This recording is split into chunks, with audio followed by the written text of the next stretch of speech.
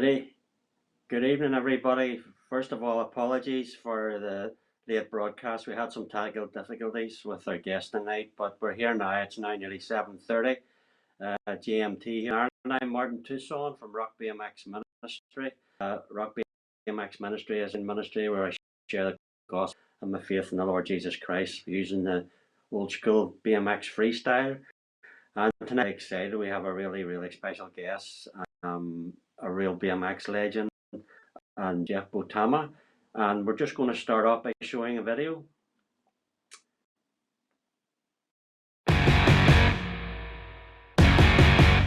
Well, my name is Jeff Boutama from Norwalk, California. Been doing this since I was 13 years old. I'm 59 and a half. But something I did growing up, and I'm in the Hall of Fame, national champion. My intentions are to recreate some of those old pictures that I did back then.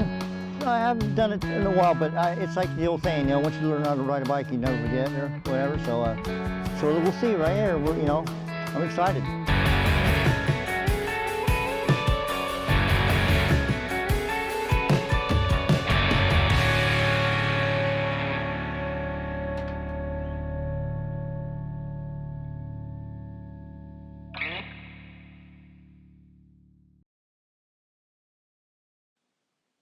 Excellent. That was a great shot of Jeff. Yeah. Again, if there's some technical difficulties, bear with us tonight. The film's a bit glitchy. Right, Jeff. We're just going to introduce Jeff now. Jeff Boutama, away from Los Angeles, is it, Jeff? So welcome, Jeff. Yes, Thank yep. you for being on. Thank you for Thank coming you, along Martin. and Thank you very sharing. much. That's good to see. I know It's a pleasure being here. we had some Go technical ahead. difficulties. We had Yeah. some technically difficulties. Yeah. So Jeff, we'll get straight into it, will we, Jeff? Tell us how it all started for you in BMX journey. Well, how I got started is I was about 8 years old, and right by my house they built a little league baseball diamonds, and they took when they're building it, they took a bunch of dirt and they're dumping all the dirt out in the not in the pasture, I guess you might say, and so. And so all the kids in the neighborhood back then, everyone started gathering around and started riding their bikes on all these dirt mounds, that they dumped over. And before we knew it, there was probably 300 kids riding on all around us, like after school and then on the weekends. So that was like, when I was 8 years old, about in 1968. Okay. But then, so moving forward, we rode there, we were riding, but through all those kids, it was myself and Tinker Juarez that ended up being like we ended up being good friends, and we would ride every day, and we would push ourselves, to do jump farther, jump higher, and then we would then we'd usually go for a ride around the town, and just right, just to get experience, And this is back when I was this is probably when I was 11 and 12 years old. So that's how I got my start it was actually called Hollyfield Park. It was a park by my house. Holyfield Park, excellent. And then you obviously then at some point, that was the very early days, Jeff, of BMX, wasn't it? Really early Yes. days. You obviously were sponsored at that stage. You did obviously quite well when you were racing. Obviously you were by sponsors. Oh, who were some of your first Yeah. sponsors? Well, basically, I'll tell you a little story. Is when we were so we were riding our bikes at this Hollyfield Park. The park manager or the park ranger saw all the kids, and so he he would set up like the tetherball and the carom things, but he saw all these kids, so he organized a race on the weekends, and he would organize it, and it was very successful. Now, to my knowledge, I didn't know that there were other races. Like, I didn't know the NBA had races going on. I just knew that my little park by my house was having races. So after about the third one, um, that I participated in, the Kawasaki team showed up. David Clinton and Marvin Church and another small kid, And I was, oh my God, I couldn't believe it. And I haven't really, I didn't even really hear. I didn't know nothing about it. I just was focused on my park and and that so then David Clinton showed up, on his factory Kawasaki, and I was riding Mhm. a Girl Schwinn monoshock that my dad had made me. I mean, just a primitive bike, primitive, but it was really Yeah. nice. It was, I mean, I liked it a lot. Of course, I'm sentimental to it, but so okay, Yep. so they showed up, and to make a long story short is okay, so they had, I mean, he had a trick. His bike was totally tricked. So we took off, the first moto, and see, of course, this is like a sovereignty grounds for me. I mean, I was literally born and raised at this park and all these hills. I know every inch of it by the back of my hand, and I can do. It's just amazing when you're at like your home field advantage. So I ended up passing David Yep. Clinton on my Girl Schwinn monoshock. Passed him, and at very he got me at the finish line. Very, just got me at the finish line. So, it stunned him. I don't think he's ever been passed before. You know. I mean, so Yeah. Yeah. anyway, he was. I earned a lot. I earned a lot of respect from him. From him that day. I mean, like I said, I made a move on him that he couldn't believe, and then he came to me. He goes, "Man, dude," he goes, "You're really," he goes, "that was good, man. He goes, that was a good race." So so from there, okay, so I'm not sponsored. Of course, this is my third race, and so I'm talking to him a little bit, and he tells me, "Oh yeah, there's races all over," so on and so forth. So later on that day, his team manager, the Kawasaki team manager, came over to me, and he said, "Hey, man, he goes, you're really good." He goes, "How would you like to be sponsored by Kawasaki?" And I go, "Really?" I go, "Yeah." He goes, "Yes, yeah." He goes, "I'll give you my number. You can come down to the factory on Monday, and you can pick up your bike, and I'll have uniforms made for you, probably done by the end of the week." And he goes, but he goes, "Come down and get your bike Monday, so you can have your, so you can get used to it." And so I'm going, "Oh my God," So anyway, so they leave, after the race they leave, and usually we have barbecue. There's usually barbecues. It's a park, and they have barbecues. So we're having a barbecue, that day, and my neighbor, a friend of mine, Mike Schmidt, he was sponsored by two wheelers, and Mm. the frame is called Stroker Two, So Yep. so anyway, so we're at the barbecue, sitting there, and his team manager come walking up next to me with a brand new bike, and I didn't even really didn't even it didn't dawn on me, but he goes, "Hey, Botima." I go, "Yes." He goes, "Hey, man." He goes, I've been keeping track of you. You've been doing pretty good, I go, "Well, yeah, I guess so." He goes, "How'd you like to be sponsored?" I go, "What?"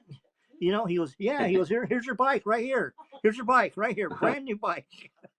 And I'm Brilliant. thinking to myself, I'm going, "Oh my God, oh my God." Because I really see, I was a motorcycle rider. I raced motorcycles, or I haven't raced, but I rode motorcycles. So Kawasaki was what I really wanted. That was my dream Yeah. come true. But he came walking up with that brand new bike, and he had a helmet bag, and he had pulled out a jersey with my name on it already. And so I'm going, oh, I'm thinking to myself, I'm going, "Oh no, oh my God," I go, because I didn't, I wanted the Kawasaki thing, but I couldn't say no. I mean, he had, right in front of a bunch of people and everything. So a brand new bike, and a uniform with a helmet, a really nice everything, matched. So I couldn't say no. So I accepted Yeah. it, but I had to. This was Saturday, so I couldn't sleep Saturday night or Sunday night, because I had to call the guy on Monday, the Kawasaki guy, and turn him down. Oh I mean, it was dear. the worst thing. Yeah, worst thing I ever did. But I mean, gee, what a terrible problem to have. Two sponsors at once. But Yeah. Yeah. yeah. So anyway, that's how I got my first sponsor. What about rally? Rally was a big thing for you because rally sponsored back really early when BMX wasn't even a thing here in England. Could you tell us a bit Right. about rally?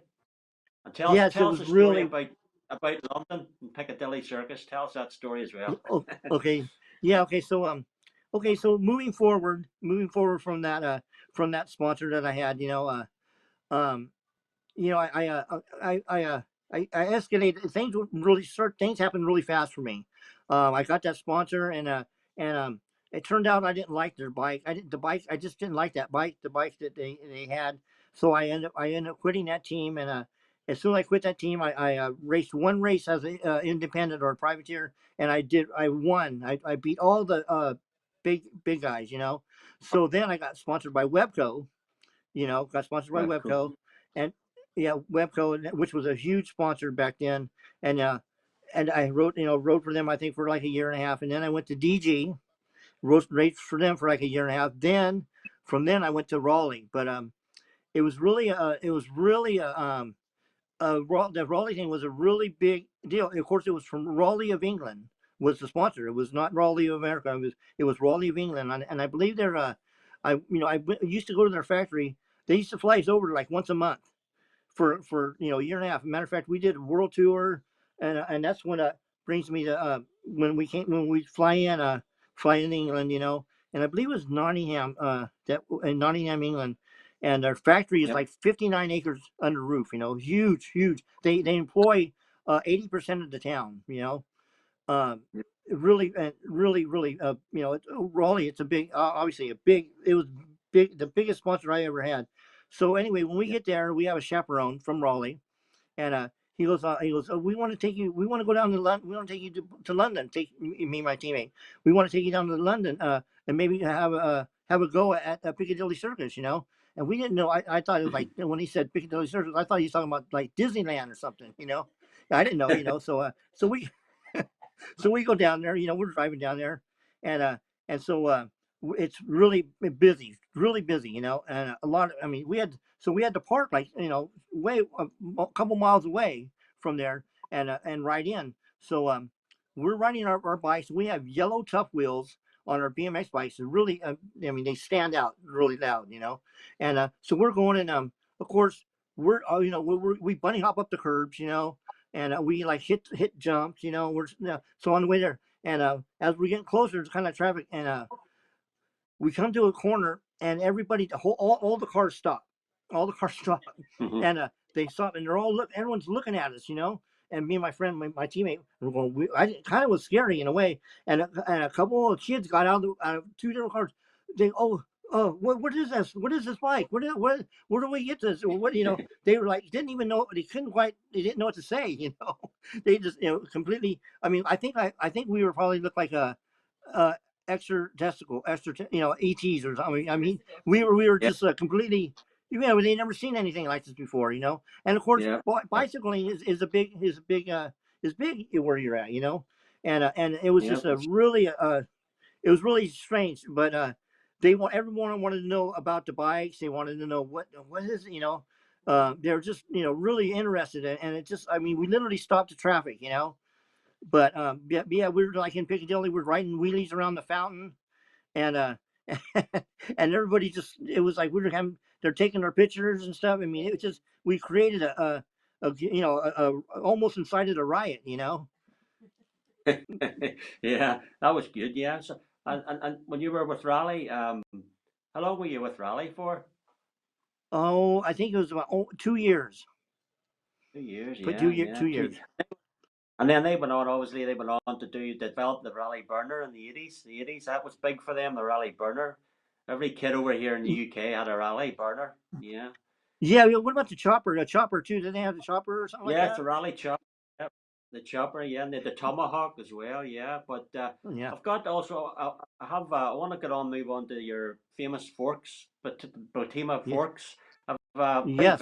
Jerry Vick, one of our Facebook friends, Jerry Vick, asked me how the forks came about, and how they got into production. And Yeah. could you tell us a bit about the forks? Sure. You know, basically when I was around just getting about 16 or 17, as I was getting bigger, you know, getting a little bigger, weighed a little more.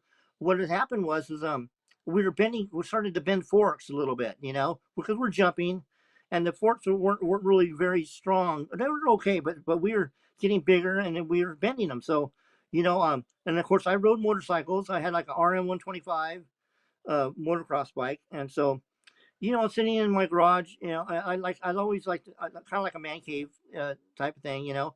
And I have my motorcycle sitting there, you know, and I have my bicycle sitting there, and and then I have, of course, have my bicycle sitting there with bent forks, you know. So I'm going, gosh, I go, I need, I'm thinking to myself, I'm looking at my motorcycle and going, that would be really neat to make a pair of forks that kind of look like those forks on my motorcycle, just, it would, I don't know. I think that'd be great. I think it'd be cool, so, I Mhm. was just a kid, and, but I thought it would be a cool thing, and, and then so I went to a manufacturer and I approached, I told him my idea, and, but he goes, so you want stronger forks? So we decided to go to the next wall thickness, on the forks, to Mhm. make them stronger. And then also on the dropouts where the axle bolts do, we made them thicker too, so they were just a Mhm. lot more rigid. And man, from that point on, I started using them, and man, they just caught on. People were asking, oh well, where do we get them? Where do we get them? And so I had a couple different manufacturers make them for me. And one quick story is now my fork when like a mechanical engineer, if he looked at my fork, he would say, why do you have all that extra space? It's a wasted material. Yeah. I had this, from a manufacturer standpoint several times, and I go, it's cosmetics. It's all about cosmetics, and they're going, but they're going, but you're wasting this material. This is extra material you're wasting. You don't need to use all this. I go, trust me, trust me, okay? It's a cosmetic. Yep. It's all about cosmetics here. We're talking just, Yep. and I try to emphasize that, and they would not, they just would. It was like I bumped heads with them, and so anyway, but it was, yeah, it's cosmetics. It looked like a motorcycle fork, and they caught on. Now, throughout the years, see, I was just a kid when I invented them or when I designed them and made them, and uh, I had no business sense in mind if I was smart or if I what I should have did was um, um, copyrighted them or patent them. Like and so because I didn't do that, I had uh, I had several people making them and copy them, and legally there really wasn't nothing I could do, But Yep. if I would have Yeah. just gotten them copyrighted or patented, so through the years I've had a lot of people that have been copying them and stuff like that. So it's really frustrating, Yeah. it's just really frustrating. So as recently I went ahead and I signed a deal with Race Incorporated. I sold them the rights, and so Yep. but they're soon to be out in full production. Which is something Yep. see, I didn't have a lot of capital. I was just a Yeah. kid. I didn't have a lot of to do all these. To make them in Yep. quantities. But the ones I did have, they really did very well. And so Yeah. uh, for for example, I was looking at eBay yesterday, I believe, and I think there's a pair in there on there for $2,500. You know, What? I Ooh. mean, yeah, yeah, unbelievable. And there's another set in there for 13.95, 13 Goodness. 1,395. So they're Yeah. very highly sought after, which is I feel Amazing. Yeah. great. I mean it's really that's a good feeling, but it's really was it really bothered me that other people were making, Yeah. companies were making them and selling them, but Yeah. I don't have to worry about that now, so but anyway, That's good. yeah, so they That should be hitting. They should be hitting over there. You should be. You guys should be seeing them within the next 30 days. Brand new ones, and, excellent. and they look really sharp. Race, Yeah, they look really sharp. race sync. Yeah. Could you? I want to, Jeff, talk a wee bit about your Australian trip with Raleigh. Remember when you went to Australia with Raleigh? Yes, yes, Yes. We're going to show. We're we're going to show the video, a wee video first about short video of you in Australia, and then we'll talk a bit about it after. okay.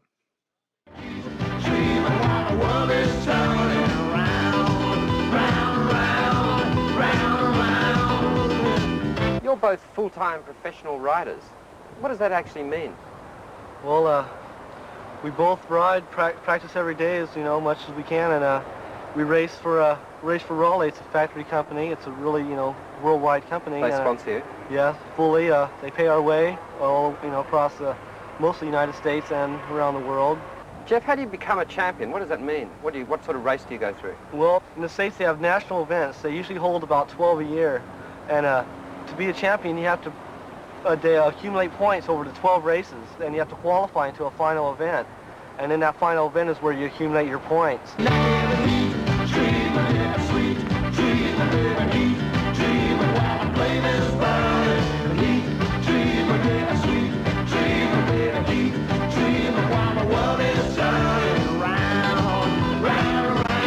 What are the names of the different tricks and jumps that you can do?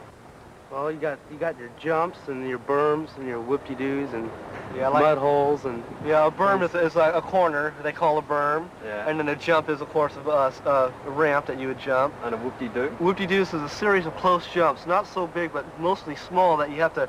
It's very hard to pedal over, and it's a series of those close jumps, as I guess you would call it.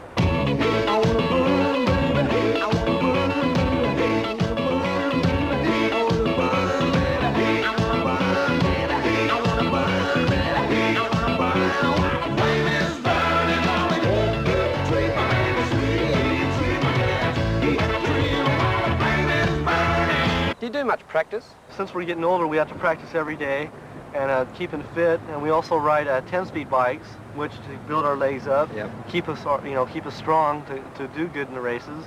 Could anybody who got hold of or bought a BMX bike be able to do the things that you're doing, like jump over loads of people? No way, because it took us, like you said, 7 years to be able to do this kind of stuff, and the average person to go out and get on a bike, they can't even pick it up off the ground, much less try to jump over people, so it's, it's pretty hazardous. Yeah, it's not advisable, especially like these bikes they're strong, they're really strong, like they're made, for extra strength. Yeah. And that's why it makes these bikes so special. They're built to take this type of punishment. Have you ever been hurt?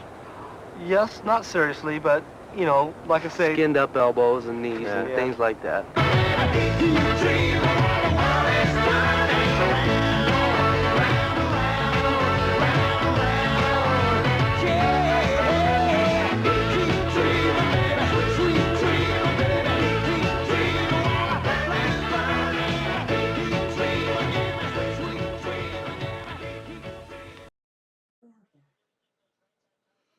Excellent. That was a brilliant clip there.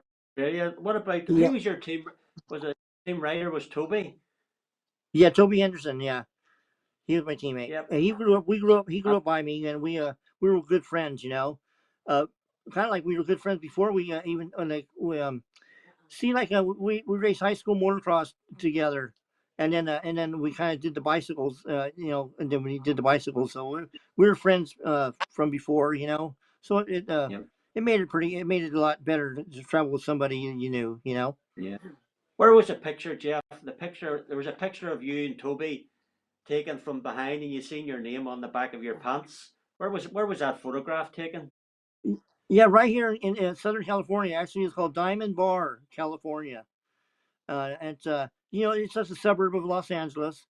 So there's all kinds of places around, but it was in Diamond Bar at California.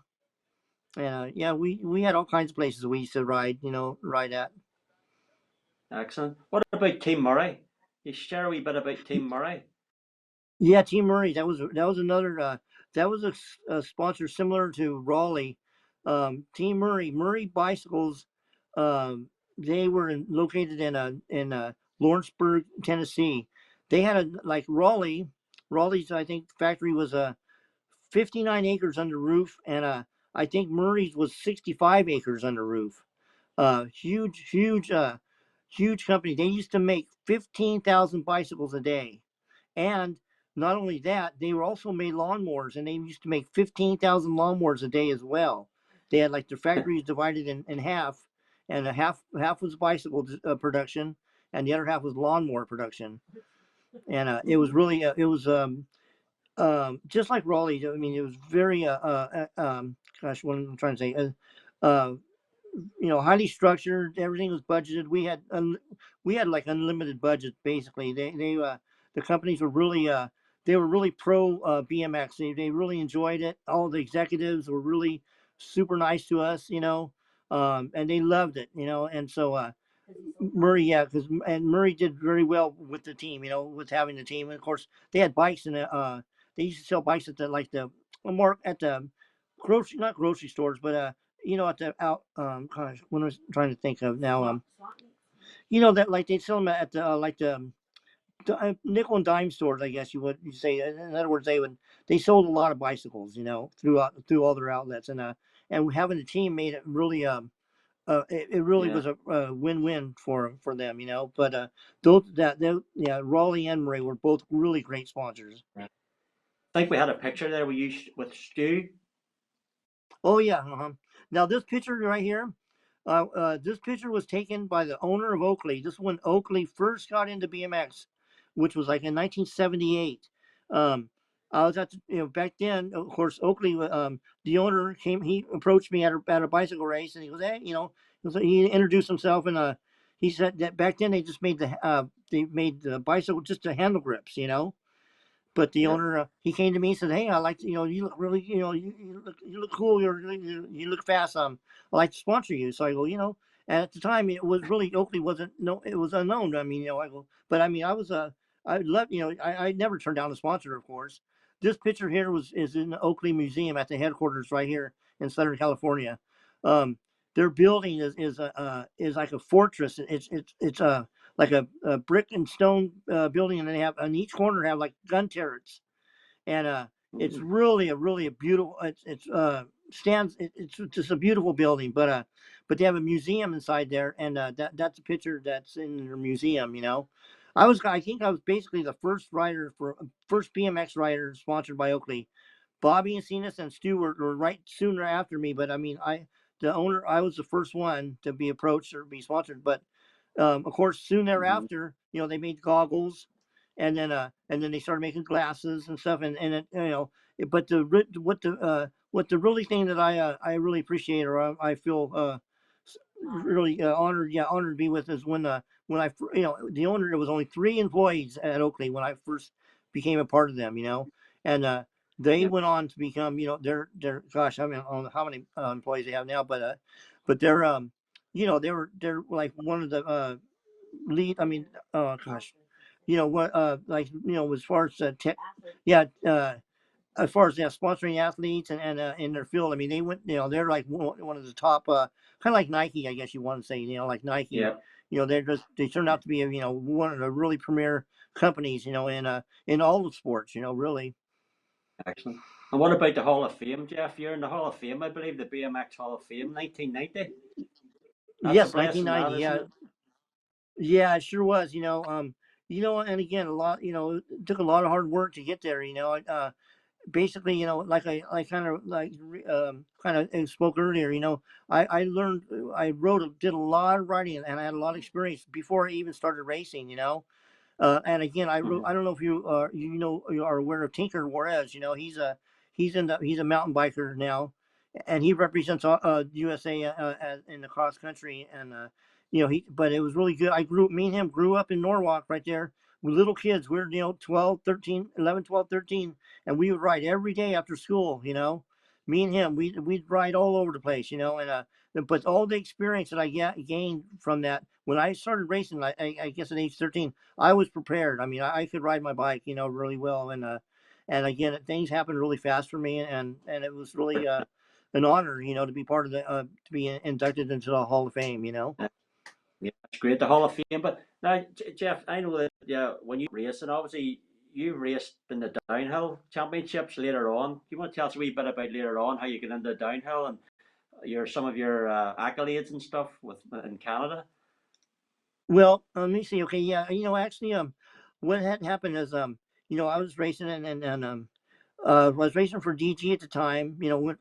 I just left Webco and started with the DG company, and they were a motorcycle aftermarket. They made like um, motorcycle motocross accessories and stuff.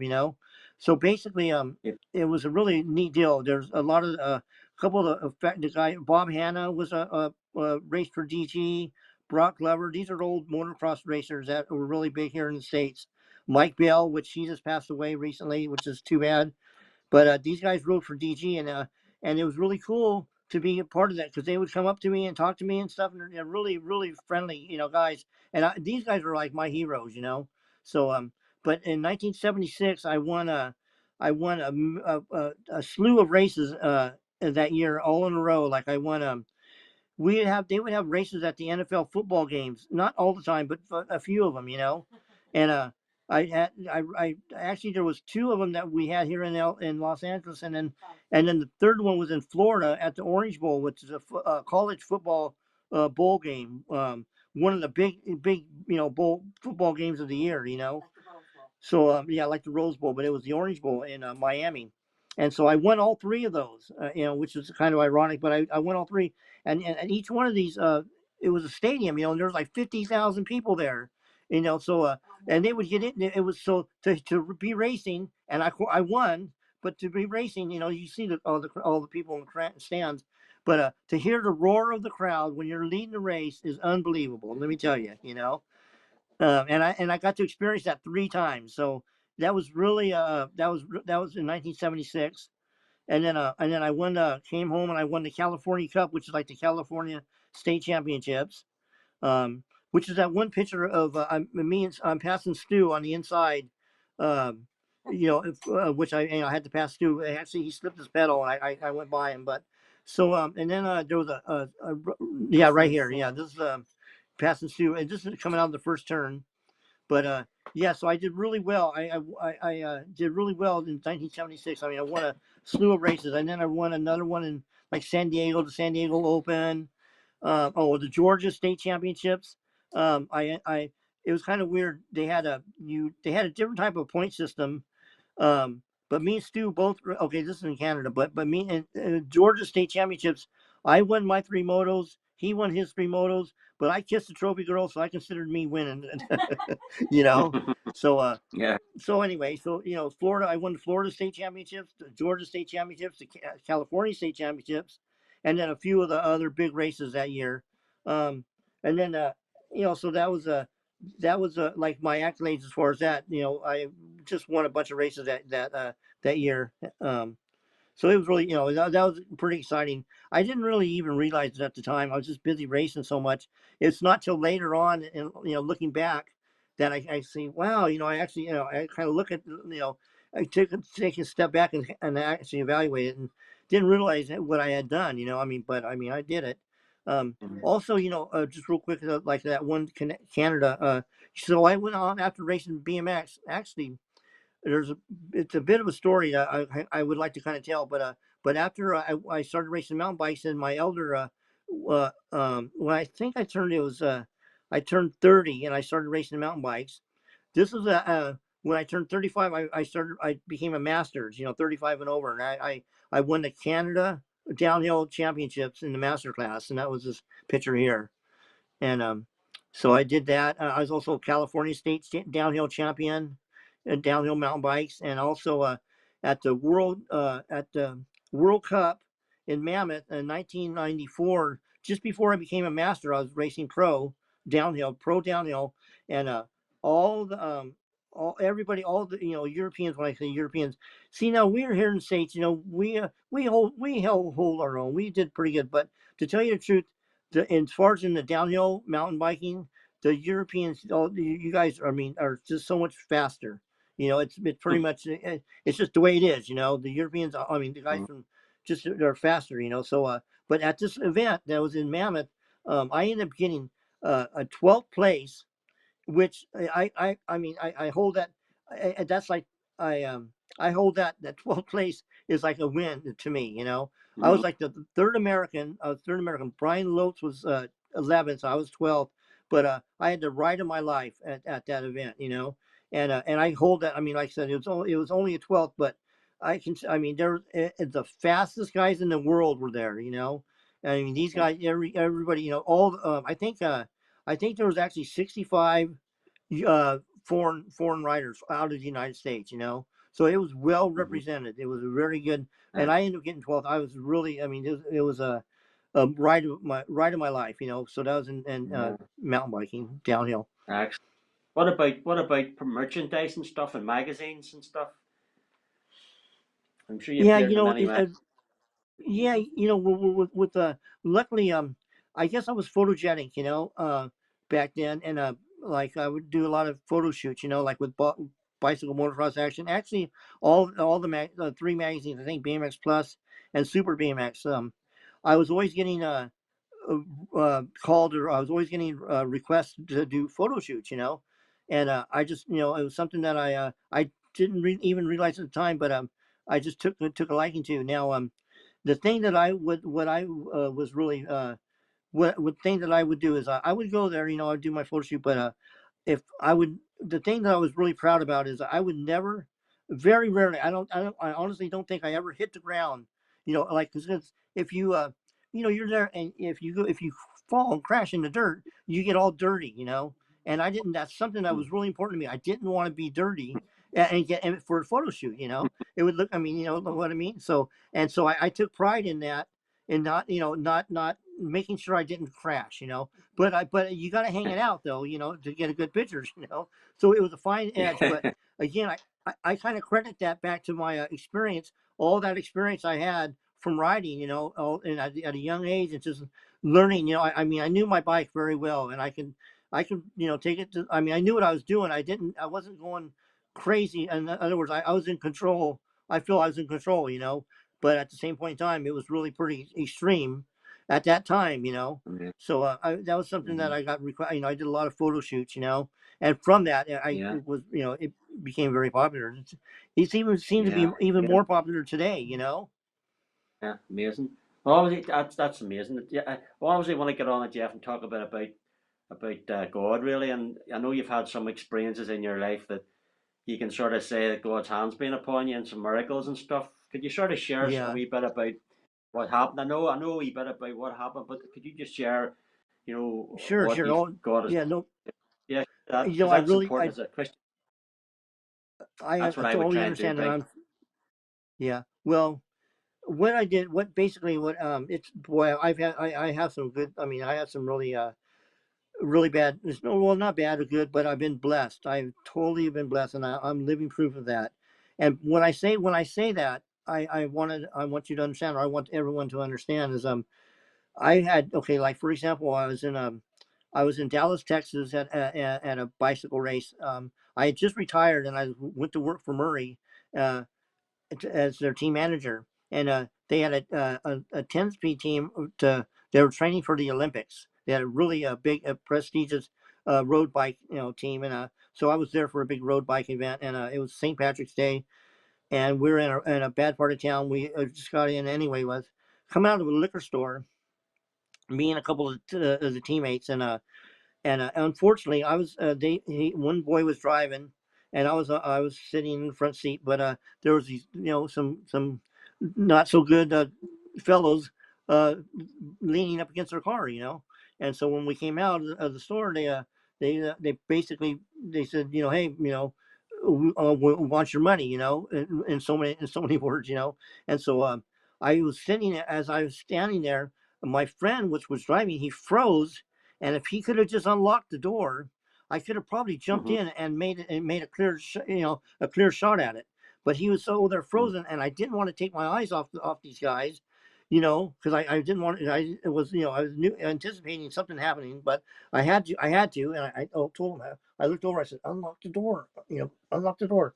So Hmm. when I turned back, they basically had uh, they jammed me. They came like pushed me. I thought they were trying. We had had some sodas and some pretzels and some stuff, and I thought they were just trying to grab my groceries, And as Hmm. I was by the door, and when they did, he kind of pushed me, and I ended up sliding down the car and by the front by the hood, Hmm.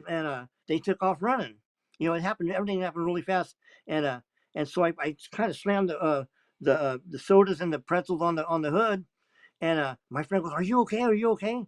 I said, "Oh yeah, I'm okay. I think I broke a bottle or something. I'm all wet, And and he goes, and he, and so I put the bag on the hood of the car, and I lifted up my shirt, and it was just all I saw was red, and I, Hmm. I didn't feel a thing. It was really strange. I didn't feel nothing, but as Hmm. soon as I did that, I just turned to spaghetti. I passed or just fainted, So he got me in the car. He got me in the car, and we took off out of there. And he ended up he burned out of there, and the cops pulled him over right away.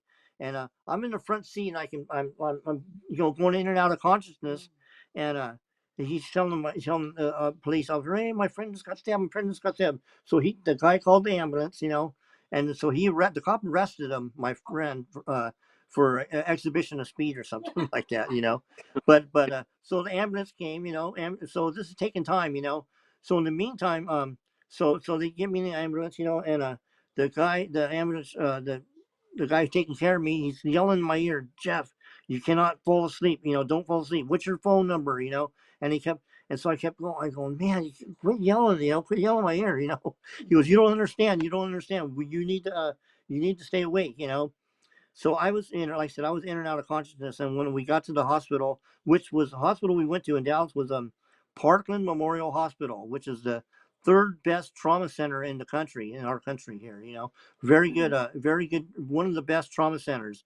Matter of fact, it was a hospital they brought John F. Kennedy to when he got shot in Dallas.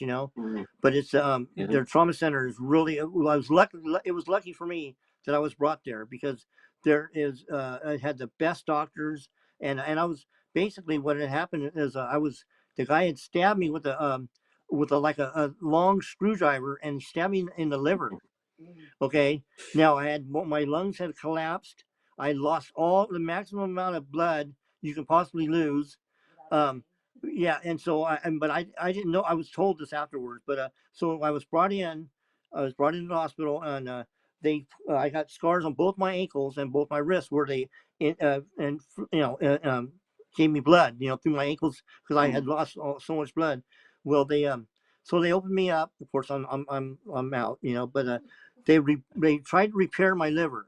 Okay, so then so they do that, and then they put me in the ICU, whatever. 12 hours later, it didn't work, so they had to bring me back in, open me back up, and they had to remove a portion of my liver, a good portion of it, So then they sew me back up, and I go back out, and so meanwhile, 4 days later, I wake up. I wake up, 4 days later, and I got tubes coming out of my mouth, I'm swelled up, and I'm all my family's around me, and I have friends and stuff, and but then the doctor so after I woke up, he came around and he's going, he's telling me, he goes, man, you pulled through. He goes, you just went through a really traumatic scenario. It was trial by error. He was just, this isn't a textbook.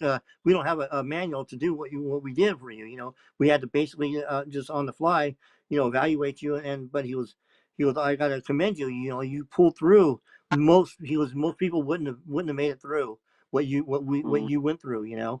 So he goes, I got to, man. He was I understand you were a bicycle racer. He goes, I contribute that to for having the stamina and to get through it because it really was a traumatic experience, for me to go through all this, So that was my first. I think that was my first blessing, or I think someone looked over me there. So meanwhile, I'm in the hospital and I have a 2 month recovery for two. I had 2 month recovery, but it was really a traumatic experience. But every night, of course, here I am.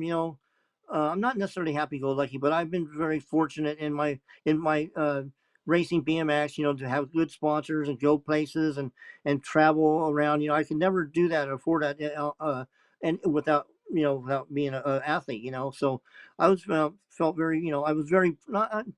I earned it though. I earned it. I was privileged, but I earned my keep.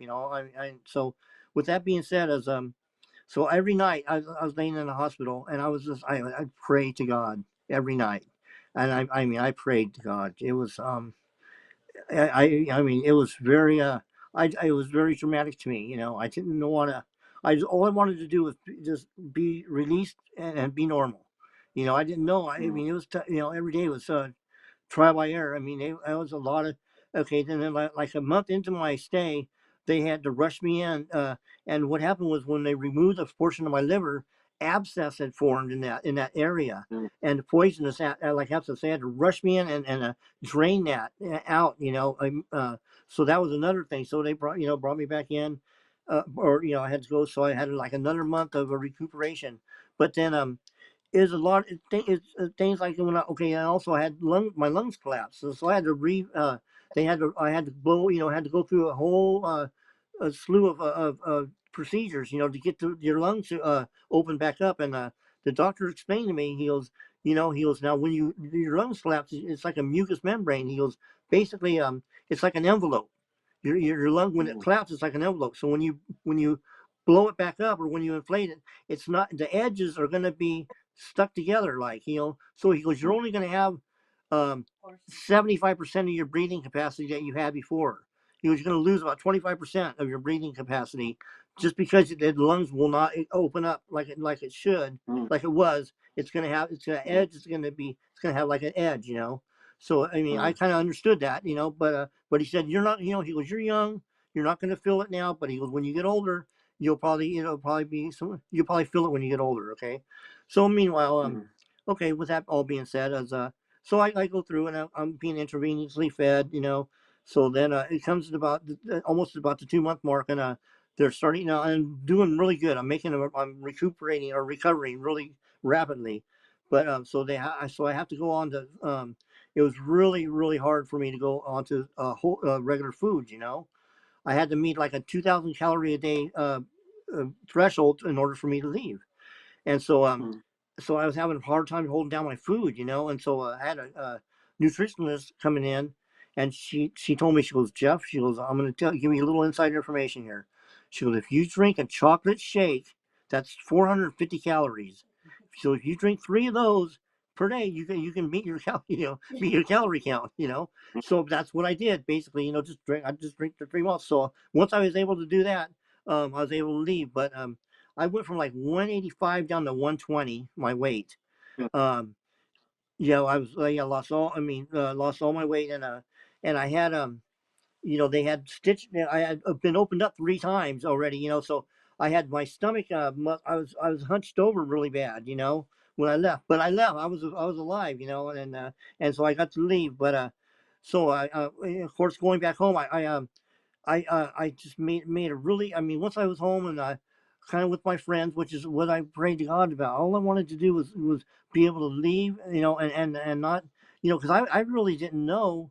It was really, I had no idea. I was scared, I was scared when each day. I mean, I didn't know if I was going to be able to do any of my normal activities, or any activities, or what my prognosis was going to be, and I just prayed to God every night. I mean, it was something that, and I think He answered me, because when I left, I made I gained my weight back, got straightened out, and and became, but I had already, I retired from BMX, so I wasn't racing, but so I was, just everything was great. Everything, I mean, I felt my prayers were answered. So okay, Yeah. Martin. So here we go. So moving forward, moving Did they ever forward. catch the I fella? No, they Did they never ever did. catch the? No, they didn't. They brought it. The detectives brought in books. But it was, No. it's, I just, I couldn't. Whether I choose, whether I just, I kind of just wanted to put it behind me, and I didn't want to really study. I just, it was, it wasn't really something I wanted to, even do. But no, they didn't. They didn't capture him. But All right. yeah, but moving forward, I want to, so here I am, I'm in my 20s, and I'm just, going along, just kind of like, I'm doing a little writing, just to kind of being a normal person, but then, Mm. when I got up to like 30, my friend Toby, that we raced BMX with, he was racing mountain bikes, and he got me to, he talked me into, he goes, Andrew, I got a bike. I got a bike. Why don't you come riding with us? So so I did, and at first, I mean, I this is, I'm starting over basically. So I had to push my bike up every hill, at first, and then I got to the point where I could, ride up it, So it took, it took a while, but I guess, I got better and better, and got more in shape and stuff. But I didn't realize it at the time when I was riding. I was really, like any bike, normal. I felt normal, and everybody else, you're breathing a lot, breathing a lot. But Mm. I forgot that I had basically had like lost 25% of my breathing capacity. Is what Mm. basically said. Like, so I had 25% loss. So I was breathing extra hard when I was doing this mountain biking, and a lot of times Yeah. at the altitudes that we were racing, up there. Like I think in Pikes Peak in Colorado, it was 14,000 feet that we started at. And that is really hard. It's hard for anybody to breathe up there. But here I am out there, with with less lung capacity as everybody else. And but I was doing, I was doing really good. And then of course when I got up to about like 34, 35, I did very, very well for having the lung capacity that I had. So but then so what happened was, as I retired, I retired, and then and later on, just over, I think about like 10 years ago, okay, I'm 60 now, like 40, late 40s, I was starting to notice that I was getting like for example, I'd mow the lawn, with a push mower. I had a push mower. I'd mow the lawn. I could do it. I can do it really. I can do it no problem. But then all of a sudden, one day came and I had to stop and sit on the bumper of the car, and catch my breath a little bit, and I Mm. thought, I did, and so each time it kind of started getting a little harder and a little harder, and so I was kind of wondering, well, wow, this is weird, why would this, I didn't dawn on me, and then Mhm. of Mm. course, and then I was kind of I was gaining a little weight. I love to eat food. I love to eat, boy, and so anyway, so I was starting, and then I was also experiencing, like, at night. When I would lay down, I felt like I was drowning. It was really strange. I Yeah. couldn't, I didn't put it together. But so I finally talked my wife into taking me to the hospital. On the way, I would take her to work. And I would drop her off. But on the way, there was a USC Medical Center. Was right on our Mm. way. A major medical center here in Los Angeles. So she dropped me off. And I went in there for a checkup. And so I went in, and so the doctor, they gave me some tests or whatever, and the doctor came into my room. He goes, let me ask you something. He goes, what made you come in? Why today? Why did you come in today? I go, well, I told him the same thing I just told you. I go, well, I'm getting, kind of, just, he goes, if you would have waited probably another day, or tops 5 a week, he goes, you would have been dead. He goes, you would have been Mm. dead. He goes, you first of all, you have kidney failure, heart failure, and lung failure. He Gee. goes, first, he goes, all three. And he goes, basically, when you were laying down and you thought you were drowning, he goes, you basically were. He goes, the water Oh. level, you were retaining so much water that it was coming up to your heart. And when you would lay down, the water would go up. It would try to cover your heart. So because I Mm. would lay down, so I had to kind of lean up. And so he goes, if you would have waited, he goes, he goes, he goes,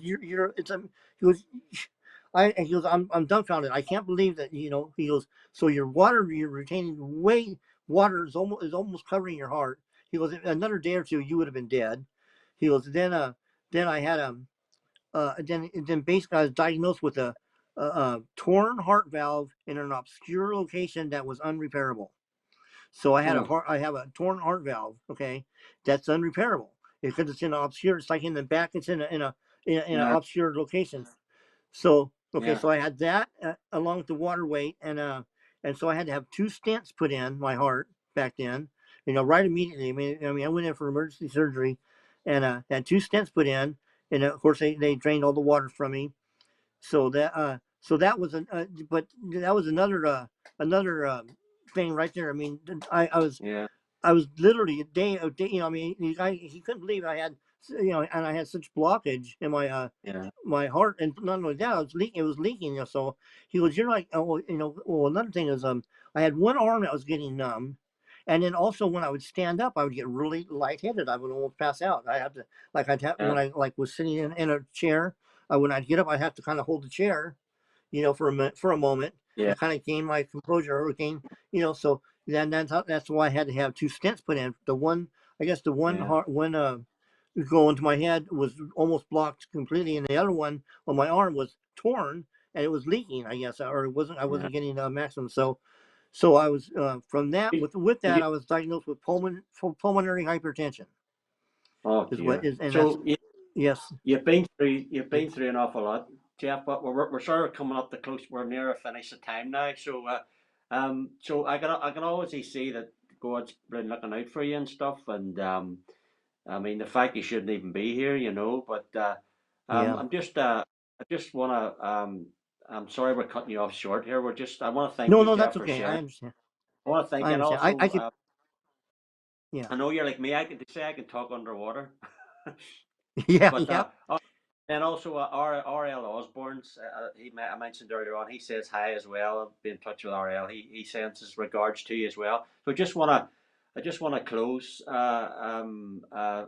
Jeff, now thanks again, Jeff, for your input tonight. Thanks for sharing about your BMX history and about God. And you definitely see God's had his hand on your life, definitely. And yeah, he 100%. And this is what I do with the ministry. I try to share. I use the BMX to share my faith in Christ, and just tell sure. people about God. And it's just a vehicle, But we're just going to close off now. And Jeff, again, thank you for taking the time. Thank your wife there as well. Yeah, I heard your wife.